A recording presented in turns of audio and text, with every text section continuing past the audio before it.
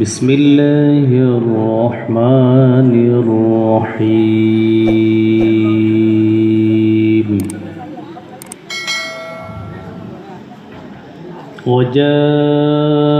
وجاءوا على قميصه بدم كذب قال بل سولت لكم أنفسكم أمرا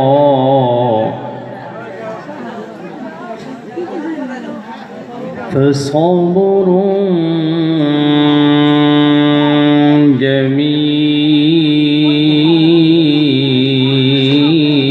جميل الله المستعان على ما تصفون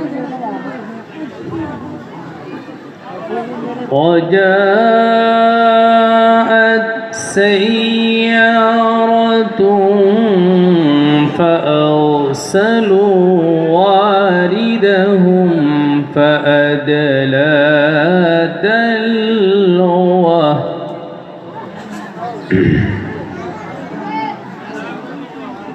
قال يا بشرى هذا غلام وأسروه بضاعة الله عليم بما يعملون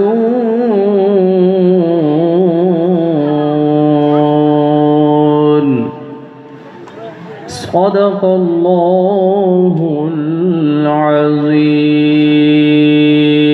العظيم نحمده ونستعينه ونستغفره ونؤمن به ونتوكل عليه ونعوذ بالله من شرور أنفسنا ومن سيئات أعمالنا من يهده الله فلا مضل له ومن يضلله فلا هادي له ونشهد أن سيدنا وسندنا ونبينا وحبيبنا وشفيعنا ومولانا محمدا عبده ورسوله الذي أرسله بالحق بشيرا ونذيرا وداعيا إلى الله بإذنه وسراجا وقمرا منيرا أما بعد فقد قال الله تبارك وتعالى أعوذ بالله من الشيطان الرجيم بسم الله الرحمن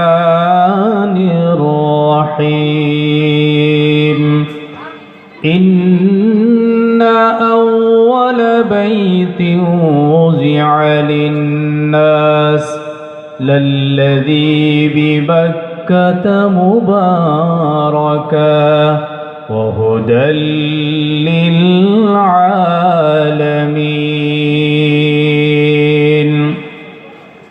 وقال النبي صلى الله عليه وسلم: من بنى لله مسجدا بنى الله له بيتا في الجنة، أو كما قال رسول الله صلى الله عليه وسلم: إن الله وملائكته يصلون على النبي يا أيها الذين آمنوا صلوا عليه وسلموا تسليما.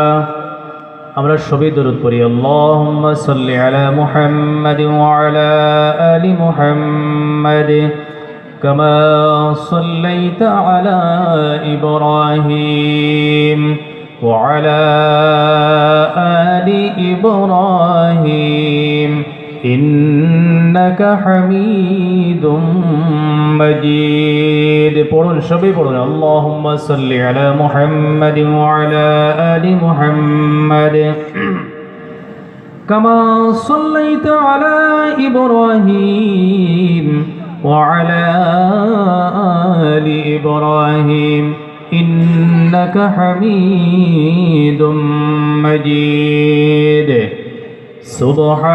সুবহানাল্লাহ walhamdulillah wala ilaha illallah। subhanallah walhamdulillah wala ilaha illallah। পড়েন সুবহানাল্লাহ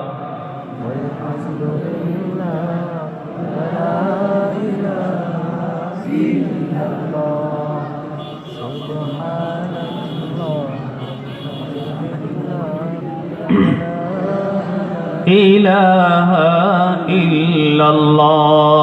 সুবহানাল্লাহ walhamdulillah wala ilaha illallah। লা ইলাহা ইল্লাল্লাহ লা ইলাহা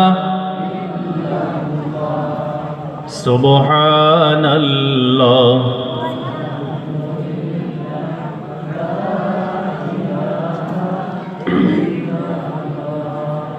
লা ইলাহা ইল্লাল্লাহ লা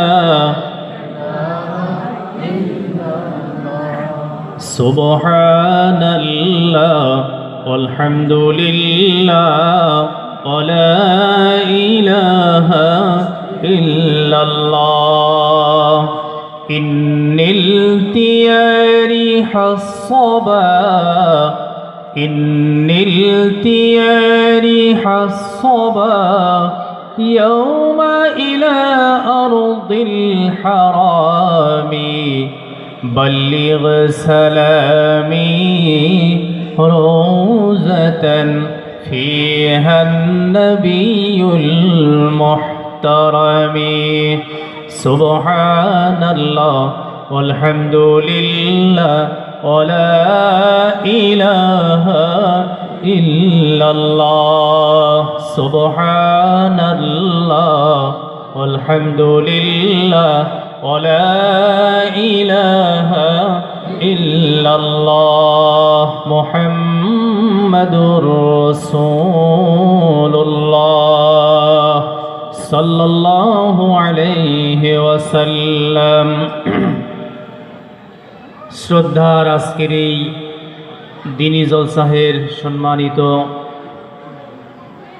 সভাপতি সাহেব, উপস্থিত উলামায়ে কেরাম, বুজুর্গানে দিন, বিশেষ করে আজকের সভায় উপস্থিত যিনি আমার আগে কোরআন ও হাদিসের রোশনীতে দিনী কথা রাখলেন, আমার অত্যন্ত শ্রদ্ধার বিশিষ্ট বন্ধুবর জনাব আবু তাহের মৌলভী সাহেব মাদ্দাজিল্লাহুল আলী, আজকের সবার বিশিষ্ট মেহমান সুদূর বরপাটা থেকে আসছেন ভাই আব্দুস সুবহান সাহেব মাদ্দাজিল্লাহুল আলী, আজকের সভায় উপস্থিত আমার বাবার বয়সের মুরব্বীগণ, আমার অত্যন্ত প্রিয় নৌজওয়ান বন্ধুগণ, আমাদের অতদ এলাকার এই আত্রাফের সুশিক্ষিত জ্ঞানী গুণী বুদ্ধিজীবী সকল, বিভিন্ন স্কুল কলেজ মাদ্রাসার আমার অত্যন্ত প্রিয় ছাত্র বন্ধুগণ, পর্দার অন্তরালে বসে থাকা অবলা সরলা সর্বগুণে গুণান্বিতা আমার সম্মানিতা মা ও মহতরমা ভগ্নীগণ, আল্লাহ পাকের বহুত বহুত শুকরিয়া যে মহান আল্লাহ পাক পরওয়ারদিগারে আলম আমাদের সকলকেই একটি বিশাল দিনী মাহফিলে দিনের নিসবতে আল্লাহ আসবার এবং বসবার অংশগ্রহণ করার তৌফিক দান করলেন। সেই মহান আল্লাহ পাকের আমরা সকলেই মিলে আবার প্রশংসা তারিফ করছি, আলহামদুলিল্লাহি রাব্বিল আলামিন। সাথে সাথেই যে নবী, আমাদের প্রিয় নবী, আখিরি জামানার নবী, সমস্ত নবীদের নবী, দুনিয়া আখিরাতের নবী, তিনার প্রতি আমরা সকলে আবার দরুদ পড়ছি, সাল্লাল্লাহু আলাইহি ওয়াসাল্লাম, সাল্লাল্লাহু আলা মুহাম্মদ, সাল্লাল্লাহু আলা মুহাম্মদ। বুজুর্গ দোস্ত, সত্যিকারই আমাদের সৌভাগ্য, এই জন্যে আল্লাহ নবী সাল্লাল্লাহু আলাইহি ওয়াসাল্লাম সাহাবাদেরকে বলছিলেন, হে সাহাবারা, জাদ্দিদু ঈমানাকুম, তোমরা তোমাদের ঈমানটাকে তরুতাজা করো, নতুন করো, পরিষ্কার করো, রোশনি করো। সাহাবারা বলছেন, কিলা ইয়া রাসূলুল্লাহ সাল্লাল্লাহু আলাইহি ওয়াসাল্লাম কাইফা নুজাদ্দিদু ঈমানানা, হে আমাদের নবী, আমরা আমাদের ঈমান কিভাবে নতুন করব, কিভাবে তরুতাজা করব? আল্লাহ নবী সাল্লাল্লাহু আলাইহি ওয়াসাল্লাম বলেছিলেন, হে সাহাবারা, তোমরা বেশি বেশি করে দিনী মজমুয়ে বসো, আল্লাহ পাকের জিকির ও ফিকিরে থাকো, তোমাদের ঈমান তরুতাজা হবে, তোমাদের ঈমান নতুন হবে। সুতরাং আমরা সকলেই আল্লাহ নবী সাল্লাল্লাহু আলাইহি সাল্লামের সেই হাদিসের ভাবার্থ অনুযায়ী আমরা এখন দিনী মজমুয়ে বসে গেছি। আল্লাহ এবং আল্লাহ রসুল সাল্লাল্লাহু আলাইহি সাল্লামের কথা অনুযায়ী আল্লাহ আমাদেরকে দিনী বৈঠকে বসার তৌফিক দিয়েছেন, আমরা বলি আলহামদুলিল্লাহ। ভাই, এটা একটি দিনী মজমুয়া, যেখান থেকে এটা দিনের একটা ফ্যাক্টরি, এখান থেকে দিন বনবে, এখান থেকে বদদিনীগুলা দূর হবে। এই দিনের জরিয়তে আল্লাহ পাক পরওয়ারদিগারে আলম আমাদেরকে দুনিয়ার শান্তি এবং আখিরাতের মুক্তি দিবেন। গতিকে আমরা সকলেই এখনো পর্যন্ত আমরা যারা রাস্তায় আছি, আমি বিনম্র অনুরোধ করছি, আমরা সকলেই মাহফিলে বসে যাব। আর পর্দার অন্তরালে আমার যারা মা বোন আছেন, আমি বিনম্র অনুরোধ করব, আপনারা যাতে রাস্তাঘাটে এইভাবে ঘোরাফেরা না করেন। এটা দিনী মজমুয়া, আপনারা সকলেই পর্দার ভিতরে, পর্দার অন্তরালে বসে যান। কারণ এখান থেকে যদি কোনো বদদিনী শুরু হয়, দিনী মাহফিল থেকে যদি কোনো বদদিনী চালু হয়, এটা আমাদের অত্যন্ত দুর্ভাগ্যের বিষয় হবে। সুতরাং আমি সকলকে আবদার করছি, এখন সামনে যারা দাঁড়ায় আছেন, আপনারা বসে যান। দিনী মজমুয়া, দিনী মাহফিলে কোনো ভলান্টিয়ার লাগবে না, সবাই বসে যান, অনুগ্রহ করে বসে যান ইনশাআল্লাহ। যারাই এখানে বসে যাবে, আল্লাহ পাক পরওয়ারদিগারে আলমের ওয়াদা আছে, যারাই দিনী মজমুয়ায় বসে যায়, আল্লাহ ওদেরকে জীবনের গুনাহ খাতা ক্ষমা করে দেয়।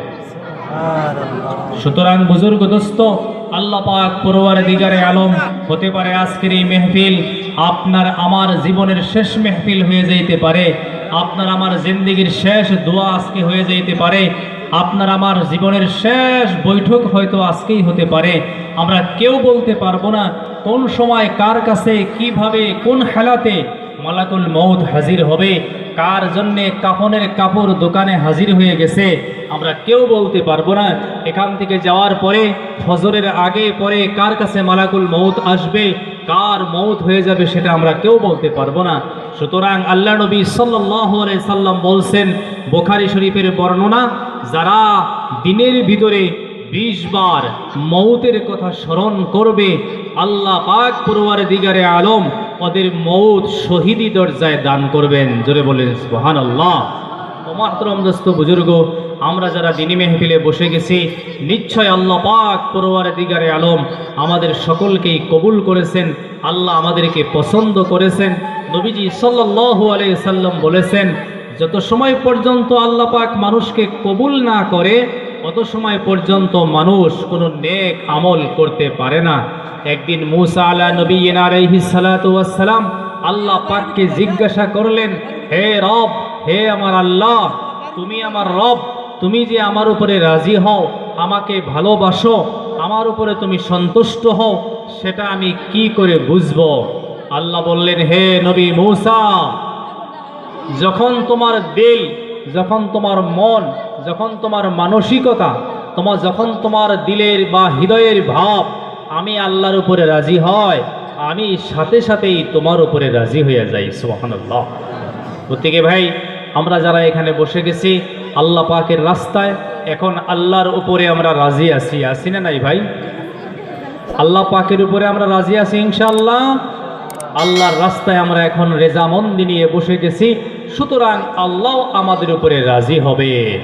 বুজুর্গ দোস্ত, এই যে আমরা এখানে বসছি, আল্লাহ পাক পরওয়ারদিগারে আলমের কাছে কিয়ামতের দিন আপনার আমার বিরুদ্ধে, আপনার আমার বিবি বাল বাচ্চায় কথা বলবে।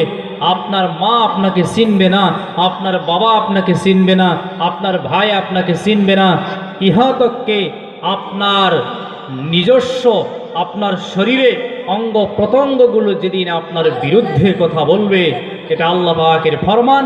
আল্লাহ সূরা ইয়াসিনের মধ্যে এই বিষয়ে আলোচনা করেছেন, আল ইয়াউমা নাখতিমু আলা আফওয়াহিহিম ওয়া তুকাল্লিমুনা আইদিহিম ওয়া তাশহাদু আরজুলুহুম বিমা কানু ইয়াকসিবুন।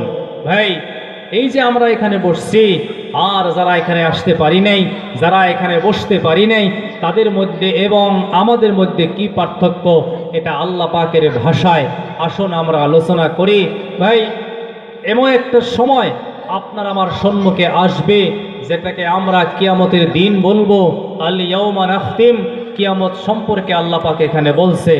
সেই কিয়ামতের দিন ছেলে এবং মেয়ের সাথে, বাবা এবং মার কোনো সম্পর্ক থাকবে না, কেউ কাউকে চিনবে না, ভাই ভাইকে অস্বীকার করবে, ছেলে বাবাকে অস্বীকার করবে, বাবা ছেলেকে অস্বীকার করবে। আমি তোমাকে চিনি না, আমি তোমাকে জানি না, দুনিয়াতে আমার কোনো ছেলে সন্তান ছিল না।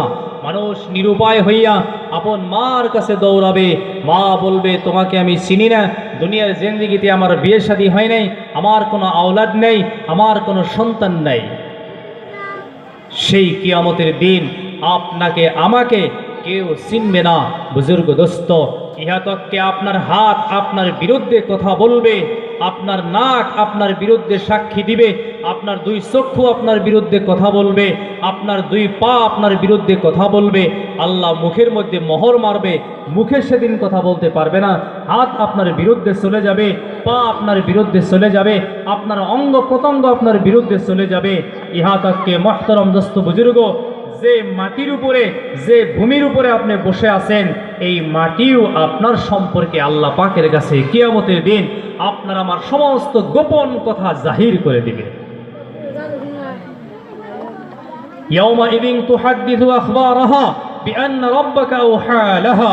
আল্লাহ পাক বলতেছেন, কিয়ামত যেদিন শুরু হবে, হিসাব নিকাশ যেদিন শুরু হবে, গণনার দিন, আল্লাহ পাক এই জমিনকে বলবেন, হে জমিন, হে মাটি, তোমার ভিতরে কি কি গোপন খবর আছে আমার কাছে খুলে বলো। ইয়াউমাইযিন তুহাদ্দিসু আখবারাহা বিআন্না রাব্বাকা আওহা লাহা ইয়াউমাইযিন ইয়াসদুরুন নাসু আশতাতান লিয়ুরাউ আ'মালাহুম ফামান ইয়া'মাল মিসকালা যাররাতিন খায়রান ইয়ারাহ ওয়া মান ইয়া'মাল মিসকালা যাররাতিন শাররান ইয়ারাহ। যে কিয়ামতের দিন যররা বরাবর হিসাব আপনার আমার হবে, এক বিন্দু পরিমাণ ছেড়ে দেওয়া হবে না। ভাই, যেদিন আপনার হাত আপনার বিরুদ্ধে কথা বলবে, আপনার কেমন লাগবে? আপনার যে জমিন, যেখানে আপনি উঠা বসা করেন, যেখানে আপনি বসছেন, এই জমিনও আপনার আমার বিরুদ্ধে কথা বলবে। ইয়াউমাইযিন তুহাদ্দিসু আখবারাহা বিআন্না রাব্বাকা আওহা লাহা। আল্লাহ বলতেছেন, জমিনকে বলা হবে, তোমার ভিতরের কি কি খবর আছে আমাকে খুলে খুলে বলো। আল্লাহর নবী সাল্লাল্লাহু আলাইহি ওয়াসাল্লাম সাহাবাদেরকে তম্বি করতেন, সাহাবাদেরকে সতর্ক করতেন, যেখানে বসো, যে ঘরে থাকো, যে মাটিতে বসবাস করো, কোনো সময়ে যাতে তোমার কোনো গোপন কথা, তোমার কোনো বেভাস কথা কোনো মাটিয়ে যাতে বুঝতে না পারে। মোহতরম দোস্ত বুজুর্গ, হুজুরে পাক সাল্লাল্লাহু আলাইহি ওয়াসাল্লামের ফরমান, এইভাবে কোরআন থেকে আল্লাহ পাকের আয়াত এবং নবী পাক সাল্লাল্লাহু আলাইহি সাল্লামের ফরমান, দুনিয়ার সব বস্তু কিয়ামতের দিন আপনার আমার বিরুদ্ধে কথা বলবে। আল্লাহ বলবেন, মাটি তোমার ভিতরের খবর বলে দাও, তোমার ভিতরে কি আছে। আমার বন্ধুগণ, এই যে জমিনে বসে আছেন, এই জমিন কিয়ামতের দিন আল্লাহ রাব্বুল আলামিন যখন জিজ্ঞাসা করবে তোমার ভিতরের খবর বলে দাও, এই জমিন কিয়ামতের দিন আপনার আমার পক্ষে কথা বলবে। রব্বুল আলামিন আমার উপরে বসে বসে তোমার অমুক অমুক বান্দা দিনের কথা শুনেছিল। আমার বন্ধুগণ, ঠিক এই জমিনের উপরে বসে বসে, এই মাটির উপরে বসে বসে যারা তাসের বান্ডিল নিয়ে বসে যায়, কিয়ামতের দিন আল্লাহ রাব্বুল আলামিন বলবেন, ইয়াউমা ইযিন তুহাদ্দিসু আখবারাহা বিআন্না রাব্বাকা আওহা লাহা। তাসের বান্ডিল নিয়ে বসছেন, জমিনের উপরে জিনা ব্যভিচার করছেন। আমরা যদি এগুলা করে থাকি, কিয়ামতের দিন মাটি আপনার আমার কথা সাক্ষী দিবে। মাটি সমস্ত ভিতরের কথাগুলা আল্লাহ পাক পরওয়ারদিগার আলমের কাছে খুলে খুলে বলে দিবে বন্ধুগণ। আর যে মাটির উপরে আপনি দাঁড়াইয়া সূরা ফাতিহা তিলাওয়াত করলেন, নামাজের রুকু করলেন, সেজদা করলেন, ও নওজোয়ান বন্ধুগণ, আল্লাহ রব্বুল আলামিনের কাছে মাটি বলবে, রব্বুল আলামিন তোমার অমুক নামের বান্দা, তোমার অমুক নামের বান্দা আব্দুর রহমান, আব্দুল্লাহ, আব্দুল হান্নান, আব্দুল কাইয়ুম, যার যে নাম আছে, মাটি বলবে রব্বুল আলামিন আমার উপরে দাঁড়াইয়া দাঁড়াইয়া, যে সময় তামাম দেশের মানুষ, গ্রামের মানুষ, সমস্ত মানুষ যখন রাতে ঘুমেছিল, আমার উপরে তোমার অমুক বান্দা দাঁড়াইয়া তাহাজ্জুদের নামাজ আদায় করেছিল। আল্লাহ আমি মাটি সাক্ষী দিলাম। জোরে বলুন সুবহানাল্লাহ। আয় আল্লাহ রব্বুল আলামিন অমুক ব্যক্তি আমার উপরে দাঁড়াইয়া মাটি সাক্ষী দিবে। রব্বুল আলামিন অমুক সময় গভীর রজনী, দুনিয়ার কেউ সজাগ ছিল না, ও আল্লাহ শুধুমাত্র তুমি সজাগ ছিলা, দুনিয়ার সব ঘুমেছিল। তোমার অমুক বান্দা আমার উপরে বসে বসে তোমার পবিত্র কোরআন শরীফের তিলাওয়াত করেছিল। সুবহানাল্লাহ। এই জমিনের উপরে, এই মাটির উপরে আমরা বসে কত নাফরমানি, কত গুনার আলাপ, কত বাজে কাম, কত মোবাইল, কত নেকেড পিকচার, কত উলঙ্গ ফটো আমরা দেখি, মাটি কিন্তু সাক্ষী দিব, মনে রাখবেন। আমার নওজোয়ান বন্ধুগণ, আমি বলতেছিলাম কিয়ামতের দিন যেদিন আপনাকে কেউ চিনবে না, কেউ আপনার পক্ষে কথা বলবে না, আপনার ছেলে আপনাকে অস্বীকার করে দিবে, আপনার মেয়ে আপনাকে অস্বীকার করে দিবে, আপনার বিবি আপনাকে অস্বীকার করে দিবে, আপনার ভাই আপনাকে অস্বীকার করে দিবে, আপনার বন্ধু যাদের সাথে আপনি চলাফেরা করেছিলেন তারা সকলেই যেদিন আপনাকে অস্বীকার করবে। আমরা চিনি না, আমরা জানি না, একে আমরা কোনো দিন দেখি নাই। যে সময় আপনাকে অপরিচয় হিসাবে আপনাকে চেনে না, অপরিচিত আপনাকে বলে দিবেন। আমার বন্ধুগণ মনে রাখবেন, সেই কিয়ামতের দিন, মুসিবতের সময় আমরা যারা দিনের রাস্তায় বসে গেলাম, এই দিনের রাস্তা, এই বসা আপনাকে আমাকে বলবে না, সাক্ষী দিবে আল্লাহ আমার উপরে বসে দিনের কথা আলোচনা করেছিল, কোরআনের কথা আলোচনা হয়েছিল, এগুলা তারা শুনছে, আর নবী সাল্লাল্লাহু আলাইহি সাল্লামের দিনের পরিপূর্ণ দিনের উপরে তারা আমল করছে। মহতরম দোস্ত বুজুর্গ, সুতরাং এখানে আমরা যারা আসছি, আমরা যারা বসতে পারছি, আমাদের সৌভাগ্য যে মাটিও আমাদের পক্ষে কথা বলবে। সুবহানাল্লাহ। এটা জিকির করি, সুবহানাল্লাহ আলহামদুলিল্লাহ ওয়া ইলাহা ইল্লাল্লাহ, সুবহানাল্লাহ আলহামদুলিল্লাহ ওয়া ইলাহা ইল্লাল্লাহ, লা ইলাহা ইল্লাল্লাহ, লা ইলাহা ইল্লাল্লাহ, সুবহানাল্লাহ আলহামদুলিল্লাহ ওয়া ইলাহা ইল্লাল্লাহ মুহাম্মাদুর রাসূলুল্লাহ। বুজুর্গ দোস্ত, আজকের এই সময়ে আমাদের ভালো বস্তুর সাথে সম্পর্ক না থাকার কারণে, বিশেষ করে আল্লাহ নবী সাল্লাল্লাহু আলাইহি সাল্লাম সেই 1454 বছর আগে নবীজি বলে গেছেন, উম্মত ওই সময় বিপদী বনবে, উম্মতের বিপদ নাইমা আসবে, উম্মতের উপরে অবাল আসবে, উম্মতের উপরে মুসিবত আসবে যখন উম্মতের মধ্যে দুইটা বস্তু চালু হবে, দুইটা আমল দেখা দিবে। এক নম্বরে মসজিদের সাথে সম্পর্ক কমে যাবে, দুই নম্বরে উম্মতের শুধু লাগবে টাকা, শুধু ইনকাম, সেটা হালাল না সেটা হারাম উম্মত বিবেচনা করবে না। শুরু হয়েছে কিনা ভাই? মসজিদের সাথে সম্পর্ক নাই। কিয়ামতের আগে আগে মসজিদগুলো পাকা হবে, বিল্ডিং হবে, মুসল্লি সেখানে থাকবে না, নিয়মিত আজান হবে না, এমনি ঘর লম্বা চওড়া বিল্ডিং বালাখানা পড়ে থাকবে, নামাজের মানুষ থাকবে না, মুসল্লি থাকবে না, নিয়মিত আজান হবে না, ইমাম মুয়াজ্জিনের কোনো ব্যবস্থা থাকবে না। মুহতারাম দোস্ত বুজুর্গ, এটাও কিয়ামতের আলামত। গ্রামে গ্রামে, এলাকায় এলাকায়, আত্রাফে আত্রাফে মসজিদগুলো বিল্ডিং হবে, মানুষের ঘর দর বালাখানা আরো উচ্চ মানের হবে, সমস্ত শ্রেণীর মানুষই ঘর দেওয়া শুরু করবে।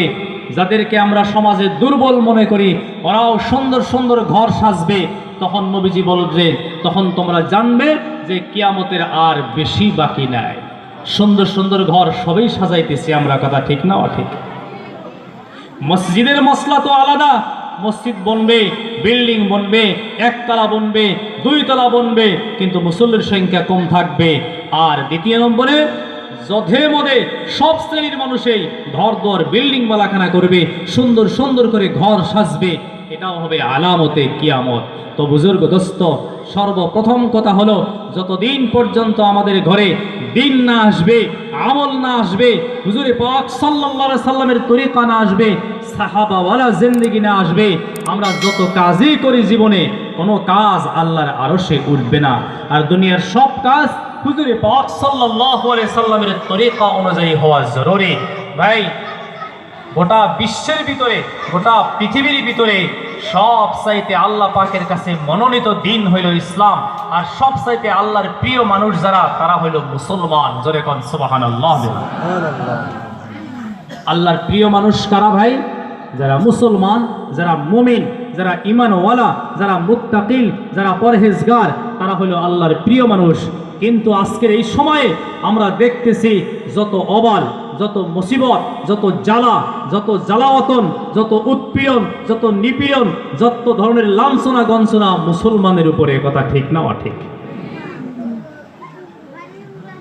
আল্লাহর মনোনীত মানুষ, আল্লাহর পছন্দিদা মানুষ, আল্লাহর নির্বাচিত মানুষ আমরা, কিন্তু আমাদের উপরে এত বিপদ। এর কারণ, মূল কারণ আমরা দিন থেকে সরে গেছি, দিনের সাথে আমাদের কোনো সম্পর্ক নাই। এই যে আজকে মসজিদ কেন্দ্রিক আজকের এই মাহফিল, আলহামদুলিল্লাহ, আল্লাহ কবুল করুক। জোরে কোন আমিন। মুহতারাম দোস্ত বুজুর্গ, কিন্তু এখানে আমরা যত মানুষ আছি, মসজিদের সাথে কয়জন মানুষের সম্পর্ক আছে? ঈশার নামাজ মসজিদে কয়জনে পড়ছি? আগামী ফজরে কয়জন মসজিদে হাজির হব? জোহরের নামাজ কয়জনে মসজিদে পড়লাম? আসরের নামাজ কয়জনে মসজিদে পড়ছি? ভাই, কথা ঠিক না অঠিক? আল্লাহ নবী 1454 বছর আগে বলে গেছেন, উম্মত মসজিদ আবাদ করো, তোমাদেরকে আল্লাহ আবাদ করবে। জোরে কোন সুবহানাল্লাহ। মসজিদ বিরান হবে, তোমরাও বিরান হবে। মসজিদ ধ্বংসের মুখে ঠেলবা, মসজিদে আজান হবে না, ইমাম থাকবে না, মুয়াজ্জিন থাকবে না, মসজিদের কোনো যতন থাকবে না, কোনো খিদমত থাকবে না, মসজিদ বিরান হবে, মসজিদ ছাগল থাকার ঘর হবে। তোমরা উম্মত জানবা, তোমরাও বিরান হবা, তোমরা ধ্বংসের মুখে যাবা, তোমরা সব সর্বহারা হয়ে যাবা। বুজুর্গ দোস্ত, কিছু কিছু এলাকায় আমাদের আত্রাফে মসজিদগুলা যদিও পাকা হইতেছে, সেই পরিমাণে কিন্তু মুসল্লি হইতেছে না। কথা ঠিক না ঠিক? আমার বন্ধুগণ, আল্লাহর নবী সাল্লাল্লাহু আলাইহি সাল্লামের সাহাবাদের দৌর, সাহাবাদের জামানায় আল্লাহর নবী সাল্লাল্লাহু আলাইহি সাল্লামের হাদিস, নবীজি বলতেছেন, বন্ধুগণ, সাহাবাদের মসজিদের সাথে কি পরিমাণে সম্পর্ক ছিল। আকাশ যদি মেঘাচ্ছন্ন হয়ে যাইত, যদি তুফানের আবির্ভাব হতো, দেখা যাইতো তুফান আসবে, সাহাবায়ে কেরাম রিজওয়ানুল্লাহি তাআলা আলাইহিম আজমাইনগণ দ্রুত গতিতে দৌড়াইয়া মসজিদে যাইতেন। আর তুফানের সময় ওইভাবে মেঘাচ্ছন্ন যদি হয়ে যাইত, কালো আকাশ কালো মেঘ যদি সাজাইয়া আনতো, সাহাবারা ঘর ছেড়ে দিয়ে দৌড়াইয়া মসজিদে যাইতো, নামাজে দাঁড়াইতো। জোরে কোন সুবহানাল্লাহ। তুফানের সময়, ভূমিকম্পের সময়, কোন দুর্যোগ আসলে সাহাবারা কোন জায়গায় যাইতো ভাই? মসজিদে যাইতো। আমরা মিল আছে আমাদের সাহাবাদের সাথে, মিল আছে ভাই? ঘুমাইছেন? এমার একটি চাংরা চাংরা মানুষ রয়েছে, ঘুমাইছে নাকি? না সুবহানাল্লাহ কয়, না আলহামদুলিল্লাহ কইতে আছে।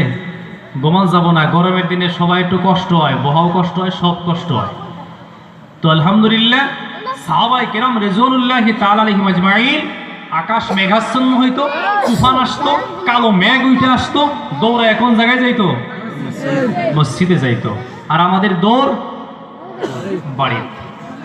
আমার বন্ধুগণ, বিশ্বনবী মুহাম্মদুর রাসূলুল্লাহ সাল্লাল্লাহু আলাইহি সাল্লাম আরো বলেছেন, ওই জামানায় সাহাবারা যদি কোনো দুঃসংবাদ শুনতো, সাহাবাদের যদি টেনশন হইতো, দুশ্চিন্তায় ধরতো, সাহাবারা দৌড়াইয়া মসজিদে যাইতো, ওযু করতো, নামাজে দাঁড়াইয়া যাইতো। নামাজ, ওযু আর মসজিদের বরকতে সাহাবাদের বিপদ আল্লাহ দূর করে দিত। আমার বন্ধুগণ, সাহাবায়ে কেরাম রিজওয়ানুল্লাহি তাআলা আলাইহিম আজমাইন যদি বেশি খুশি হয়ে যাইতেন, মদিনার সাহাবাদের ঘটনা, বেশি খুশির খবর যদি আসতো, কারো একটা চাকরি হয়ে গেছে, কারো বড় বড় বিজনেসের মধ্যে কেউ সাকসেস হয়েছে, বাগিচার মধ্যে বাগিচার খেজুরগুলো পেকে গেছে, ভালো দামে বিক্রি করতে পারছে, সাহাবারা খুশি হইতো, দৌড়াইয়া মসজিদে নববীতে যাইতো, নামাজে দাঁড়াইতো। জোরে কোন সুবহানাল্লাহ। কমপ্লিট উল্টা। নবী সাহাবাদের জামানার সাথে মিল না থাকার কারণে উম্মত আমরা বলতে পারি নাই, যার জন্যে পরিশান জীবনটাই পরিশান। 50,000 টাকা দরমাহা মাসে, এরকম চাকরিজীবী নাই? 50,000 টাকা মাসে পায় নাই এরকম চাকরিজীবী? 1 লক্ষ টাকা পায় নগরপাড়া কলেজের যারা লেকচারার, 1,20,000 30,000 টাকা দরমাহা। কিন্তু এই যে 50,000 টাকার একটা চাকরি, 60,000 টাকার একটা চাকরি, 70,000 টাকার একটা চাকরি, এরপরে 50 বিঘা মাটি। কয় বিঘা মাটি? একটু কথা কয়েন, তাহলে সে বুঝবো যে আপনারা লাইনে আছেন। 70,000 টাকার চাকরি, বাপের সম্পত্তি 50 বিঘা। কয় বিঘা? 50 বিঘা। এরপরে প্রত্যেক মাসে, মাস শেষ আপনি জিজ্ঞেস করবেন, কি খবর, কেমন আছেন? বলে খুব খারাপ, খুব দিন আমার খুব দুর্দিন যাইতেছে, একদম দোকানে দোকানে আমার বাকি, আমি খুব ঋণগ্রস্ত হয়ে গেছি। কথা ঠিক না অঠিক? বরকত কমে গেছে। আমার বন্ধুগণ, আল্লাহ নবীর কোন সাহাবার বাড়ি মাত্র একটি খেজুরের গাছ, ওই খেজুর গাছে যা খেজুর ধরত, বছরে যে সময় খেজুর পাকত, গাছ থেকে খেজুরগুলো পারতো, বাজারে বিক্রি করত, আর ওই খেজুর যা থাকতো ছেলে বাচ্চা কাচ্চা নিয়ে খাইতো। আল্লাহ নবী সাল্লাল্লাহু আলাইহি সাল্লাম ঘোষণা করলেন, ওই গাছের খেজুর দিয়ে সাহাবায়ে কেরাম রিজওয়ানুল্লাহি তাআলা আলাইহিম আজমাইন তাদের জীবিকা নির্বাহ করত, বিবি বাল বাচ্চাকে ভরণ পোষণ করত, এর পরেও পয়সা ওদের বেঁচে যাইতো। আল্লাহর নবীর সাহাবারা বাইসা যাওয়া পয়সাগুলি মসজিদে নববীতে দান করত। একটা খেজুরের গাছ, কয়টা?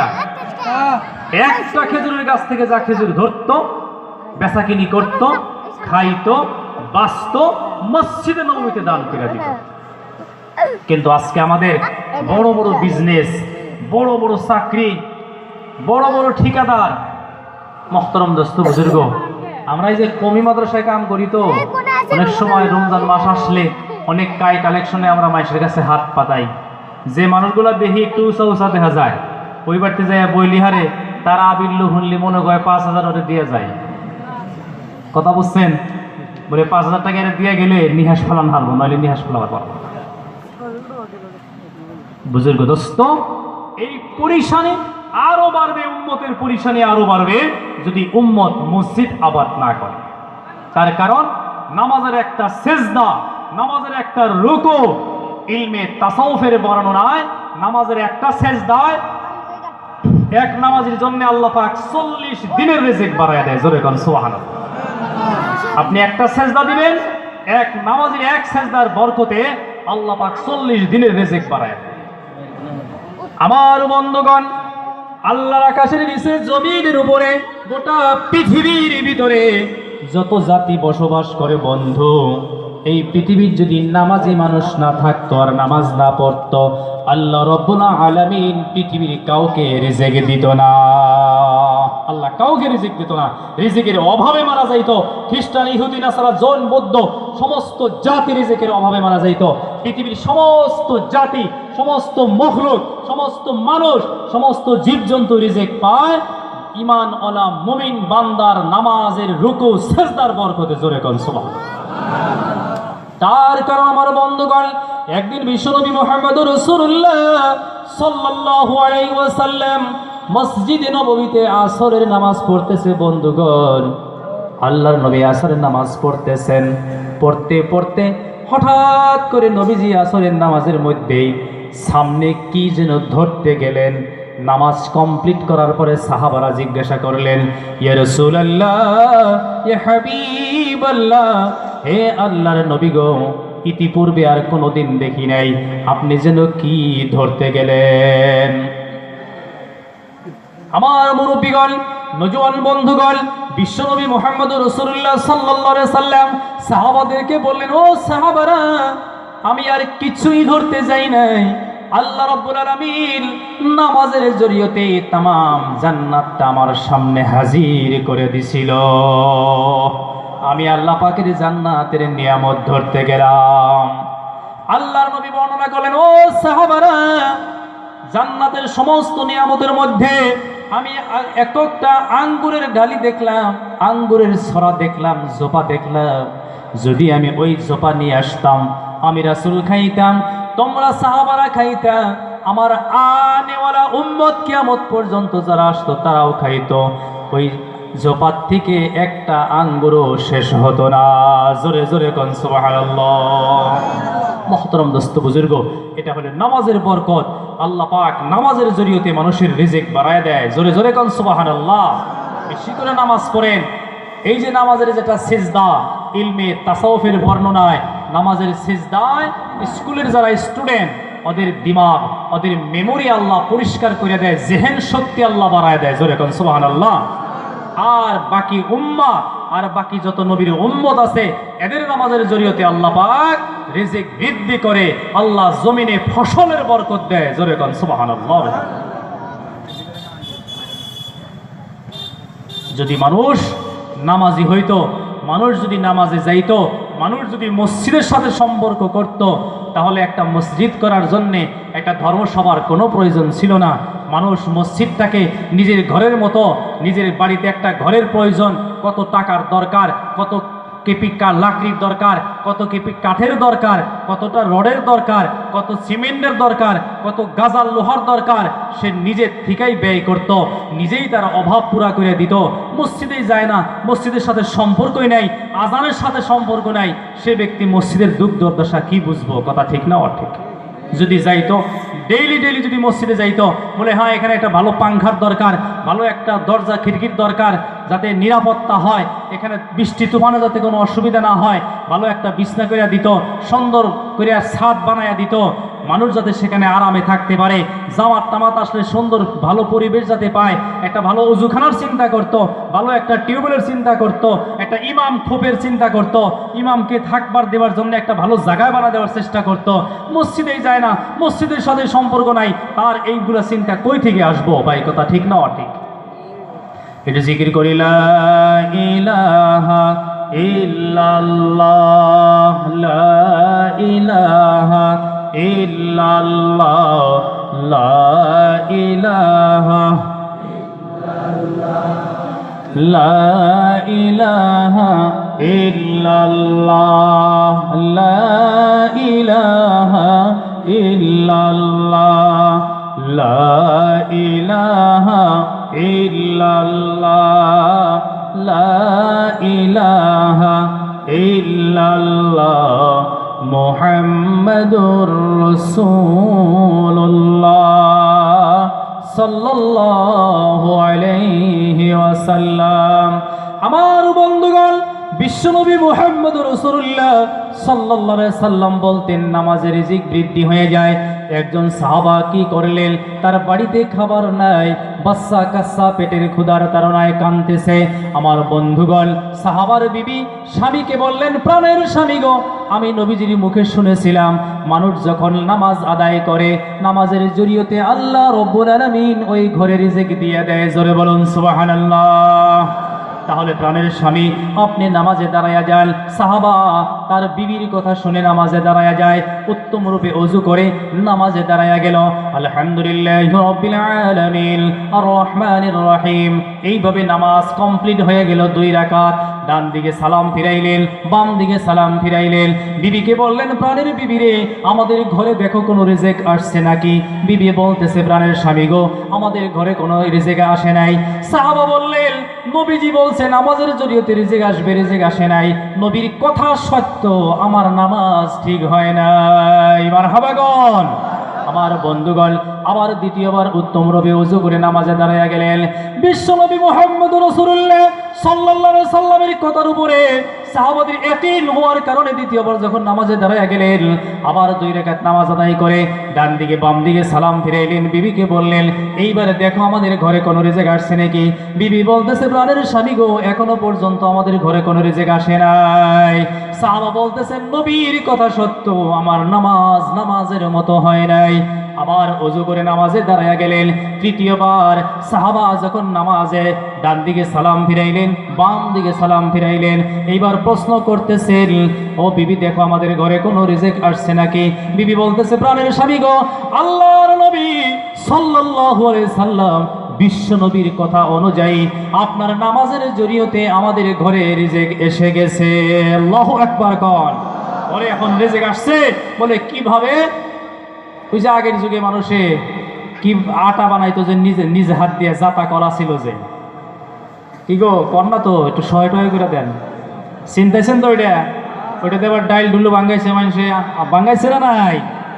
সাহাবাদের ঘরে এই গম পেরার, গম গেহু জব এগুলা তারা কি করতো, পেরতো।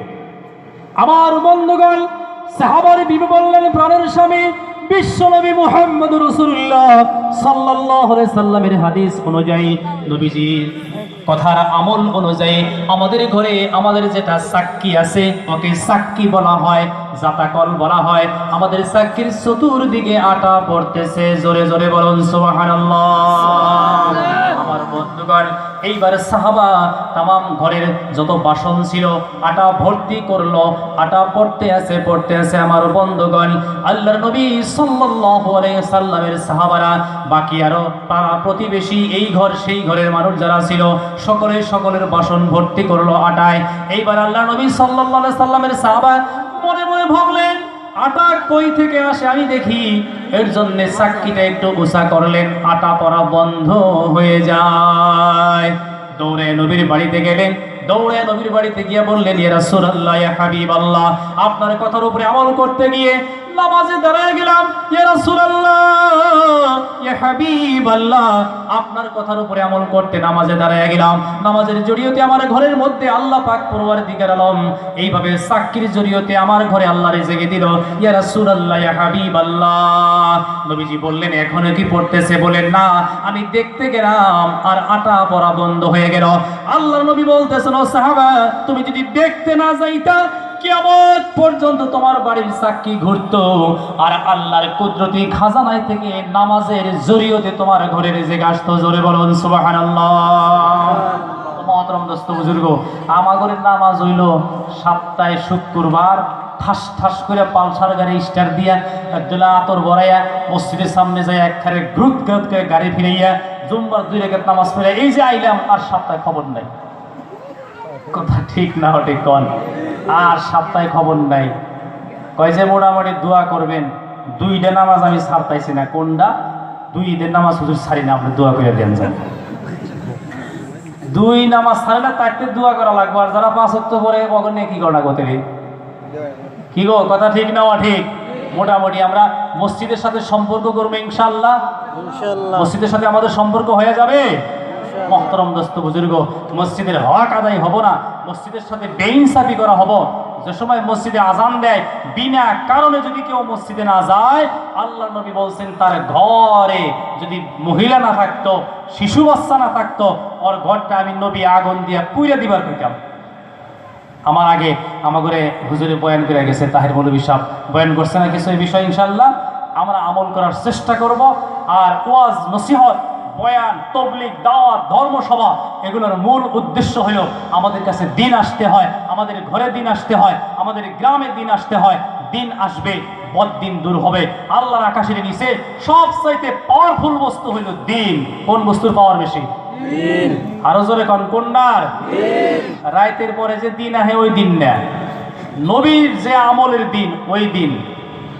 একটা হলো দিবস, দিবস মানে রাইতের পরে যেটা দিন আহে ওটার নাম হলো দিবস, দিন। আর একটা হলো দিন, দাল ইয়ানুন দিন, যেটা নবীজির মেহনতের দিন। জোরে কোন মারহাবা। মারহাবা। দিন আসবে, বদ্দিন দূর হবে। দিন যেদিকে যাব প্রহর হয়ে যাব, আলো হয়ে যাব। দিন যেদিকে যাব রোশনি হয়ে যাব। মহতরম দোস্ত বুজুর্গ, আপনার বাড়িতে দুনিয়ার সমস্ত ফিতনা, সমস্ত ফসাদ দূর করার একটাই রাস্তা, সেটা হলো বাড়ির প্রত্যেকজন সদস্যের মধ্যে দিন আসতে হবে। জোরে বল সুবহানাল্লাহ। দিন নাই, আপনার কিচ্ছু নাই, আপনার কাছে আমল নাই। আমল সে জিন্দগি বনতি হয়, ফিকির সে দিন বাড়তি হয়। আপনার কাছে আমল নাই, আপনার কাছে মসজিদ নাই, আপনার কাছে নামাজ নাই। আপনি যদি এই দেশের স্বরাষ্ট্রমন্ত্রী হন, কিয়ামতের দিনে আপনি ফকিন্নি হয়ে দাঁড়াবেন, আপনি কাঙ্গাল হয়ে দাঁড়াবেন, আপনি এতিম হয়ে দাঁড়াবেন। আর এই দুনিয়ায় আপনি ভিক্ষা করে খান, আপনি মিসকিন, আপনি ঠেলাওয়ালা, আপনি রিক্সাওয়ালা, আপনি হাজিরা কারণেওয়ালা, আপনার কাছে নবীর দিন আছে। আপনি মারা যাওয়ার পরে কিয়ামতের দিন আপনি বাদশাহ হয়ে দাঁড়াবেন। জোরে কোন সুবহানাল্লাহ। আপনাকে সবাই চিনবে, আপনাকে ফেরেশতা চিনবে, আপনাকে সবাই ওয়েলকাম জানাবে। নবীর দিন ছাড়া না আপনার দুনিয়াতে মুক্তি হবে, না আখিরাতে আপনি শান্তি পাবেন।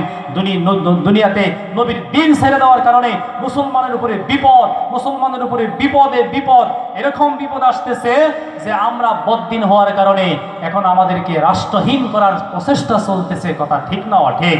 অথচ এই ভারতবর্ষ, এই ভারতের মাটিতে, এই ভারত ইংরেজদের হাত থেকে আজাদ করতে গিয়ে একদিনের ভিতরে দিল্লির বালাগড় শহরে 57,000 উলামা শহীদ হয়েছিল। এক একজন শহীদানের ইতিহাস, চেপে রাখা ইতিহাস, বাজেয়াপ্ত ইতিহাস। বজ্র কলম খুলে দেখেন, এই ভারত স্বাধীনতার জন্যে, ভারত ইংরেজদের হাত থেকে আনার জন্যে একদিনের ভিতরে 57,000 উলামা শহীদ হয়ে যায়।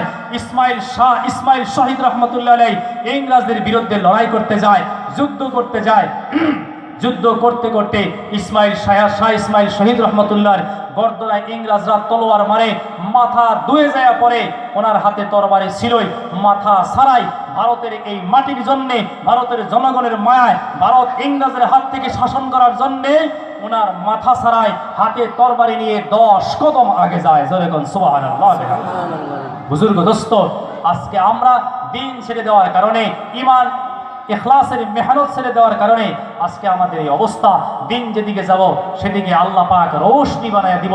মদিনা মুনওয়ারা, খুব একটা সময় মদিনা শহরে মানুষ ঢুকতে পারতো না, মানুষ বসবাস করতে পারতো না, মানুষ বেমারি হয়ে যাইত। মদিনায় ঢুকলেই 3টা বেমার হইতো। কয়টা বেমার? 3টা বেমার। কয়টা বেমার? 3টা। মদিনায় ঢুকলেই বেমারি হইতো, জ্বর হইতো, কালো বেমার হইতো, পেট ফুলে যাইতো। মদিনায় এত খারাপ জায়গা ছিল। মুহতারাম দোস্ত বুজুর্গ, আল্লাহ নবী সাল্লাল্লাহু আলাইহি সাল্লাম যখন প্রত্যাবর্তন করলেন, তার মানে হিজরত করলেন, আগে নবীজি কিছু সাহাবা পুরুষ মহিলা পাঠিয়ে দিলেন, বলে তোমরা মদিনাতে যাও। আমার বন্ধুগণ, কিছুদিন পর বিশ্বনবী মুহাম্মদ রাসূলুল্লাহ সাল্লাল্লাহু আলাইহি সাল্লাম আবু বকর সিদ্দিক রাদিয়াল্লাহু তাআলা আনহুকে সঙ্গে নিয়ে মক্কায় থেকে মদিনায় রওনা দিলেন। মদিনায় যেয়ে উপস্থিত হয়ে গেলেন। সাহাবারা নবীর কাছে এসে গেলেন, বললেন, ইয়া রাসূলুল্লাহ, ইয়া হাবিবাল্লাহ, আমরা মদিনায় থাকতে পারবো না। বলে কেন? বলে, ইয়া রাসূলুল্লাহ, আজকে এক সপ্তাহ ধরে এসেছি, এক সপ্তাহে আমার জ্বর। আর একজন সাহাবা আসলো, ইয়া রাসূলুল্লাহ, ইয়া হাবিবাল্লাহ, মদিনায় থাকতে পারবো না। বলে কেন? তখন তো নাম ছিল ইয়াসরিব। কি নাম ছিল? ইয়াসরিব। ইয়া রাসূলুল্লাহ, আমি ইয়াসরিবে থাকতে পারবো না, মানে মদিনায় থাকতে পারবো না। বলে কেন? বলে আমার পেট ফুলে গেছে। আরো সাহাবা আসলেন, ইয়া রাসূলুল্লাহ, ইয়া হাবিবাল্লাহ, ও আল্লাহর নবী, আমি মদিনায় থাকতে পারবো না। বলে কেন? ইয়া রাসূলুল্লাহ, ইয়া হাবিবাল্লাহ, আমার কালো বেমার হয়ে গেছে, আমার শরীরটা কালো হয়ে গেছে। আমার বন্ধুগণ, আরো এক সপ্তাহ পার হয়ে যায়। হযরত আবু বকর সিদ্দিক জ্বর হয়ে গেল। কার জ্বর হলো? আবু বকর সিদ্দিক। কিছু সাহাবা নবীর কাছে আসলেন, ইয়া রাসূলুল্লাহ, আমরা মদিনায় থাকতে পারবো না, কারণ মা ফাতিমাও অসুস্থ হয়ে গেছে। মদিনার আবহাওয়া খুব খারাপ ছিল। আমার বন্ধুগণ, নবীজি বললেন, আরো কিছুদিন যাইতে দাও। নবীজি দোয়া করে দিলেন, আল্লাহ, মদিনায় থেকে বেমার সরাইয়া নাও। আল্লাহর নবীর দোয়া শেষ না হইতে হইতে আল্লাহ রাব্বুল আলামিন মদিনায় থেকে বেমার সরাইয়া দিল। সুবহানাল্লাহ। এক নম্বরে বেমার সরে গেল। কি হইল? বেমার সরে গেল। মদিনায় বেমার নাই আর। নবীর দোয়া। কার দোয়া? নবীদের দোয়া কবুল, বেমার নাই। আমার নওজোয়ান বন্ধুগণ, দুই নম্বরে আল্লাহ নবী সাল্লাল্লাহু আলাইহি সাল্লাম সাহাবাদেরকে সঙ্গে নিয়ে ইহুদি নাসারাদের ঘরে ঘরে যাইয়া কলিমার মেহনত চালু করে দিলেন, দ্বীনের দাওয়াত চালু করে দিলেন। দ্বীনের কাজ করতে করতে, দ্বীনের মেহনত করতে করতে মদিনা মুনওয়ারা আল্লাহ রাব্বুল আলামিনের কাছে জান্নাতের চাইতে বেশি দামি হয়ে গেল। কিয়ামতের দিন জান্নাতের চাইতে মদিনার দাম বেশি হবে। কার দাম বেশি হবে ভাই? মদিনার দাম। মদিনা এত দামি কি জন্য হয়েছে? মুহতারাম দোস্ত বুজুর্গ, মদিনায় মসজিদে নববীতে আপনি এক নামাজ পড়বেন 50,000 সওয়াব। জোরে বলেন সুবহানাল্লাহ। মক্কা নগরীতে কাবা শরীফের ঈদগির্দ আশপাশ নামাজ পড়বেন, এক নামাজে 1 লক্ষ নামাজের সওয়াব। জোরে বলেন সুবহানাল্লাহ। আর মদিনাকে আল্লাহ রাব্বুল আলামিন বরকতময় বানায়া দিলেন নবীর আমলের কারণে, নবীর বরকতে, নবীর মহব্বতে। মদিনায় এক নামাজে আল্লাহ 50,000 নামাজের সওয়াব। আমার বন্ধুগণ, আল্লাহর নবী সাল্লাল্লাহু আলাইহি সাল্লামের দ্বীনের মেহনতের বরকতে মদিনা মদিনা হয়ে গেল। কিয়ামতের দিন আল্লাহর পাকের কাছে জান্নাতের চাইতে মদিনার দাম বেশি হবে, কারণ জান্নাতে তো নবীর রওজা নাই, মদিনায় নবীর রওজা আছে। ঠিক না ঠিক?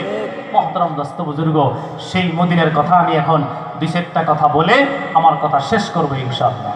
আমার বন্ধুগণ, আল্লাহ নবী সাল্লাল্লাহু আলাইহি সাল্লাম মনে মনে ভাবলেন, নবীজি মক্কায় থেকে হিজরত করে গিয়ে মসজিদে জুমাতে নামাজ পড়তেন, যার নাম হলো মসজিদের কিবলাতাইন। যে মসজিদের 2টা কিবলা। আমাদের মসজিদগুলোয় কয়টা কিবলা আছে? একটা। কয়টা? একটা। একটা, শুধু পশ্চিমমুখী। কিন্তু মসজিদে নববীতে 2টা কিবলা। কয়টা কিবলা? 2টা।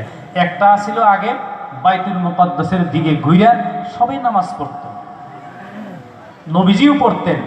একদিন নবীজি আসরের নামাজে মনে মনে ভাবলেন, আল্লাহ, বাইতুল মুকাদ্দাসের মিহি ঘুরে নামাজ পড়তাইছি। আসরের নামাজ কয় রাকাত? 4 রাকাত। আঙ্গুর এই দেশে কয় রাকাত? 4 রাকাত। আরবে কয় রাকাত আসরের নামাজ? আরব দেশে আসরের ফরজ কয় রাকাত? 4 রাকাত। আর আঙ্গুরের দেশে 4 রাকাত। হাসাই ধরাইছেন না যে কোনটা কই কোনটা বানি হয়? আসরের ফরজ কয় রাকাত? 4 রাকাত। গোটা পৃথিবীতে 4 রাকাত। আল্লাহ নবী আসরের নামাজ পড়তেছেন, মনে মনে ভাবলেন, আল্লাহ, কিবলা হইল আমার বাইতুল মুকাদ্দাস। ও আল্লাহ, যেটা জেরুজালেমে অবস্থিত, এখন যেটা ইহুদিদের কবজায় আছে রে বন্ধু, ওইটা ছিল পৃথিবীর সর্বপ্রথম কিবলা, বিশ্বের মুসলমানের। জোরে কোন সুবহানাল্লাহ। হায় আল্লাহ, নামাজের মধ্যেই মনে মনে কইতাছে, আমার কিবলাটা যদি বাইতুল মুকদ্দাস না হইয়া তোমার ঘর কাবা ঘর হইতো বড় ভালো হইতো। আল্লাহ রাব্বুল আলামিন ফেরেশতা জিবরাইল কইল জলদি জলদি নবীর কানে কানে যায়া কও সায়াকুলু সুফাহা মিনান নাসি মা ওয়াল্লাহু আন কিবলাতিহিম আল্লাতী কানু আলাইহা قل لله المشرق والمغرب يهدي من يشاء إلى صراط مستقيم وكذلك جعلناكم أمة وسطا لتكونوا شهداء على الناس ويكون الرسول عليكم شهيدا। আর আয়াত লম্বা আছে, তার মানে কথা বুঝে আসছে। ওয়া জাআলনাল কিবলাতাল্লাতী কুনতা আলাইহা ইল্লা লিনা'লামা ওয়া ইয়াত্তাবি'আর রাসূলা মিম্মান ইয়ানকালিবু আলা আকিবাই ওয়া ইন কানাত লাকাবীরাতান ইল্লা আলাল্লাযীনা হাদাল্লাহ ওয়া মা কানা আল্লাহু লিয়ুযীআ ঈমানাকুম ইন্নাল্লাহা বিন-নাসি লারাউফুর রহিম। ও জিবরাইল, আমার হাবিব আসরে নামাজ পড়তেছে মসজিদে কিবলাতাইনে, মসজিদে জুমআ, যেটা আবু আইয়ুব আনসারী সাহাবার বাড়ির মধ্যে মসজিদ হয়েছিল, ওইটা হইল মসজিদে জুমআ। ও জিবরাইল, আমার হাবিবের কানে কানে আয়াতগুলা তুমি বলে দাও। জিবরাইলের দেরি করে নাই, নবীর কানে যাইয়া বলতেছে সায়াকুলু সুবহানাহু মিনান নাসি মা ওয়াল্লাহু আন কিবলাতিহিম আল্লাতী কানু আলাইহা কুল লিল্লাহিল মাশরিকু ওয়াল মাগরিবু ইয়াহদি মান ইয়াশাউ ইলা সিরাতিন মুস্তাকিম। একবারে শেষ আয়াত পর্যন্ত। তার অর্থ হইল, হাবিব, ও আমার নবী, আমার জিবরাইল কি কয় আপনি ভালো করে শুনেন। জিবরাইল বলতেছে, ও হাবিব, 2 রাকাত আপনার পড়া হয়েছে। কয় রাকাত? বাকি আছে কয় রাকাত? 2 রাকাত। ও হাবিব, আপনার দিলে যদি চায়, আমি আল্লাহর দিলে চাই, জোরে কোন সুবহানাল্লাহ। আর বিলম্ব না নবীজি গো, 2 রাকাত পড়লেন বাইতুল মুকদ্দাসের দিকে ঘুরে, আর বাকি 2 রাকাতের জন্য আপনি কাবার দিকে ঘুরে যান। আল্লাহু আকবার। সেদিন থেকে গোটা পৃথিবীর মানুষের কিবলা হইল কাবা ঘর। মারহাবা। আমার বন্ধুগণ, এই যে কাবাঘর, এই কাবাঘর পৃথিবী সৃষ্টির 2000 বছর আগে কাবা ঘরের 2টা খুঁটা আল্লাহ বানাইলো। কয়টা? 2টা। তখন এই পৃথিবীর কোনো জায়গায় ভূমি ছিল না, মাটি কালি ছিল না, তামাম পৃথিবীটা জলমগ্ন ছিল, পানিয়ে পানিয়ে ভরা ছিল। বাইহাকি শরীফের হাদিস, ক্বালা রাসূলুল্লাহ সাল্লাল্লাহু আলাইহি সাল্লাম তুযহাবুনাল আরদ ইলা আখিরিল হাদিস আও কামা ক্বালা রাসূলুল্লাহ সাল্লাল্লাহু আলাইহি সাল্লাম। তামাম পৃথিবীটা পানি আর পানি, পানি আর পানি ছিল। কাবা শরীফের 2টা খুঁটার থেকে আল্লাহ পাক পরওয়ারদিগার আলমের অর্ডারে 2টা খুঁটাকে কেন্দ্র করে তামাম পৃথিবীতে আস্তে আস্তে আস্তে আস্তে মাটির সৃষ্টি হয়ে যায়। পৃথিবীর 3 ভাগের 2 ভাগ কি এখনো পানি। কয় ভাগ পানি? 3। নদ নদী সাগর, আর 1 ভাগ মাত্র ভূমি মাটি। সেদিন থেকে আমার বন্ধুগণ, আল্লাহ নবী সাল্লাল্লাহু আলাইহি সাল্লামের ওই আসরের নামাজ থেকে নিয়ে গোটা পৃথিবীর মুসলমানের জন্য, নর নারী সকলের জন্য, স্ত্রী পুরুষ, বালক বালক, সাবালক নাবালক, সকলের জন্য কিবলা হয়ে গেল কাবা ঘর। এই পৃথিবী সৃষ্টির 2000 বছর আগে আল্লাহ রাব্বুল আলামিন 2টা খুঁটা বানাইলেন। আর যেখানে বর্তমানে কাবা ঘর, এই ঘরটা আরো 4 গজ ছোট ছিল। ও বন্ধুগণ, মানুষের তোয়াফের সুবিধার জন্য 12 গজের জায়গায় 16 গজ লম্বা করছে। জোরে জোরে কোন সুবহানাল্লাহ। আর কাবা ঘরের চাবি তখন থাকতো তলহা ইবনে উসমানের হাতে। বিজয়ী মক্কার আগে তলহা ইবনে উসমানের হাতে এই কাবা ঘরের চাবি থাকতো। 5 নম্বর পারার একটা আয়াতের তাফসিরে আসছে, ইন্নাল্লাহা ইয়া'মুরুকুম আন তু'আদ্দুল আমানাতি ইলা আহলিহা ওয়া ইযা হাকামতুম আন তাহকুমু বিল আদলি ইলা আখিরিল আয়া। আমার ভাইরা, আমার বন্ধুরা, এই যে আল্লাহর নবী সাল্লাল্লাহু আলাইহি সাল্লামের বর্ণনায় বন্ধুগণ, এই পৃথিবী সৃষ্টির 6000 বছর আগে ওই কাবা ঘরের মাটি আল্লাহ সৃষ্টি করেছিল। জোরে জোরে কোন সুবহানাল্লাহ। হযরত আদম আলাইহিস সালাম আগে কোনে কোনে আছিল? আদম আর মা হাওয়া কোনে থাকছে আগে? জোরে কোন কোন জায়গায়? জান্নাতে থাকতো, বেহেশতে থাকতো। আল্লাহ রাব্বুল আলামিন ভুলের জন্য নামায়া দিল, ইহবিতু মিসরান, বেহেশতের জায়গা না, নামো, নামায়া দিল। আদম আলাইহিস সালাম জান্নাত থেকে নামছিল, কোন জায়গায় নামছিল গো বন্ধু? বড় ইম্পর্টেন্ট কথা মনে রাখবেন। আদম আলাইহিস সালাম জান্নাত থেকে যেদিন নামাইয়া দেওয়া হয়, ভারতের মাটিতে প্রথম পাও রাখেন। জোরে জোরে কোন সুবহানাল্লাহ। জান্নাত থেকে আগর গাছের পাতা দিয়া, আগর গাছের ডাল দিয়া জল্লই দিয়ে নামছিল। হাতে থেকে হাতে গাছের ডাল দিয়ে জল্লই দিলে দিয়ে একটা পাতা টাতা ছিলব না? ঘুমাইছেন? গাছের থেকে ডাল দিয়া জল্লই দিয়া পড়বার চালি পাতা টাতা দিয়ে একটা সিরা পড়বো না? নাই। আদম আলাইহিস সালামের হাতের স্পর্শ লাইগা মজবুত করে ধরলেন। ও বন্ধুগণ, আগরের গাছ ওইভাবে যে সময় জল্লই দিয়া নামলেন, হাতের সাথে পাতা ছিঁড়ে ছিঁড়ে মাটিতে পড়ে যায়। সেখান থেকে পৃথিবীতে আগর গাছের সৃষ্টি হয়ে যায়।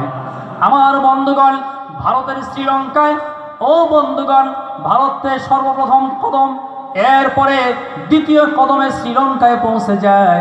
আস্তে আস্তে আদম আলাইহিস সালাতু ওয়াস সালাম সুদূর আরব মরুতে পৌঁছে যায়। জোরে জোরে কোন সুবহানাল্লাহ। ৭২ গজ লম্বা ছিল। কত গজ? নবী নূহ আলাইহিস সালাম ৬২ গজ লম্বা ছিল। সুবহানাল্লাহ। আমরা কি পায়ের তাইলে জায়গা হইতাম? আর ১.৫ ফুট হয়ে হাইরাই কয় আমি একবারে দুনিয়া একদম শেষ করে হলাম। কথা ঠিক না? ঠিক। মহতরম দোস্ত বুজুর্গ, আমার বন্ধুগণ, যাই হোক, কথা ছিল আদম আলাইহিস সালাতু ওয়াস সালাম আর মা হাওয়ার সঙ্গে দেখা হইলো কোন জায়গায়? আরফার মাঠে। কোন জায়গায় দেখা হইলো? আরফার মাঠে। জবলে রহমত একটা পিলার আছে বন্ধু, ওই পিলারের পাশে বিশ্বের হাজিরা যায় দোয়া করে গো। আর ওইখানে দোয়া করলে দোয়া কবুল হয়ে যায়। হাজার হাজার লক্ষ লক্ষ করোড় করোড় মিলিয়ন বিলিয়ন মানুষের নাম লেখা আছে ওই স্তম্ভের মধ্যে। মানুষের দিলের আবেগে যায় ওই খোঁটার মধ্যে নাম লেখে, কিন্তু লেখা ঠিক না। লেখা থাকবো কার কাছে? নাম কার কাছে? আল্লাহ। আল্লাহ মুখ ফুড়ে কন কার কাছে? আল্লাহর কাছে। নাও বাইজ দিতে তো কয়েকটা লাগে না যে বাইজ দেও, ভীষণ তো খুব শব্দ হয়। আল্লাহ জোরে কোয়া লাগে। জীবনের একটা আল্লাহ যদি আল্লাহ কবুল করে, আপনার জীবনের গুনাহ মাফ। জোরে কোন সুবহানাল্লাহ। সুবহানাল্লাহ। আল্লাহ সুবহানাল্লাহ আলহামদুলিল্লাহ স্পষ্ট করে কোয়া লাগে, একটু আবেগ নিয়ে কোয়া লাগে, একটু ইমোশনাল হওয়া লাগে। সত্যিকারে আল্লাহ এত কুদরত, আল্লাহর এত দয়া, আল্লাহর এত মায়া, আল্লাহর এত পাওয়ার, আল্লাহ পাকের এত ক্ষমতা। জোরে কোন মারহাবা। আমার বন্ধুগণ, আদম আলাইহিস সালাম মা হাওয়া ওই জবল রহমতের ওইখানে যেয়ে দোয়া করলে দোয়া কবুল হয়ে যায়। ৩৫০ বছর পরে স্বামী স্ত্রীর মিলন হয়ে যায়। কয়শো বছর পরে? আল্লাহ রাব্বুল আলামিন আদম আলাইহিস সালাম কানতে কানতে কানতে কানতে আল্লাহ বললেন, পূর্বের আকাশে একটা নাম আছে, নাম ধরে ধরে দোয়া করো, তোমরা স্বামী স্ত্রী দুইজনের মধ্যে আমি আবার মিলন করাইয়া দিব। আকাশের দিকে, পূর্ব আকাশের দিকে তাকায়া দেখলো, লা ইলাহা ইল্লাল্লাহ মুহাম্মাদুর রাসূলুল্লাহ, আমাদের নবীর নাম। ও আল্লাহ, এই নামের বরকতে আমাদেরকে তুমি মাফ করে দাও। দোয়া কবুল হয়ে যায়। যাইতে যাইতে ওই যে আপনার জবলের রহমতে, যে জবলের রহমতের যে পাহাড়, বেশি বড় পাহাড় নয়, দুইজনে দুই পাশ থেকে যাইয়া ওই পিলারের কাছে দোয়া করলো, একত্রিত হয়ে গেল। ৩৫০ বছর কানতে কানতে চোখের পানি নাই। এইবার আদম হাওয়া একত্রিত হয়ে যায়, পিলারের কাছে দোয়া করে, আল্লাহ গুনাহ মাফ করে দেয়। জোরে কোন সুবহানাল্লাহ। এবার গুনাহ মাফ হয়ে যায়। আদম হাওয়া আরফায় থাকে। একদিনের ঘটনা, আল্লাহর কাছে দোয়া করলো রব্বুল আলামিন, স্বামী স্ত্রী আমরা একত্রিত হয়ে গেলাম ৩৫০ বছর পরে। আল্লাহ, আমি তো তোমার নবী, আমি তোমার নবী আর তোমার রসুল, তোমার বান্দা। ও আল্লাহ, আমি যে এখানে বসবাস করি, আমার তো একটা ইবাদতের জায়গার দরকার আছে না নাই? আল্লাহ বলেন, আদম, তোমার যদি ইবাদতের দরকার, তুমি আরফায় থেকে মুজদালিফায় যাও। ৯ মাইল। ক মাইল? ও আদম, এই মুজদালিফায় থেকে তুমি মিনায় যাও। মুজদালিফা মিনায় ৬ মাইল, আর মিনাই থেকে মক্কা নগরী হব ৩ মাইল। এই টোটাল ১৬ মাইল। কয় মাইল? ১৬ মাইল জায়গা। আরফায় থেকে মক্কা নগরী আল্লাহ রাব্বুল আলামিন একটা দিক নির্দেশন দিয়ে দিল, তুমি যাও এইভাবে আরফায় থেকে মুজদালিফায় যাও, মুজদালিফায় থেকে মিনায় যাও, মিনাই থেকে জুমরায় উকবা, জুমরায়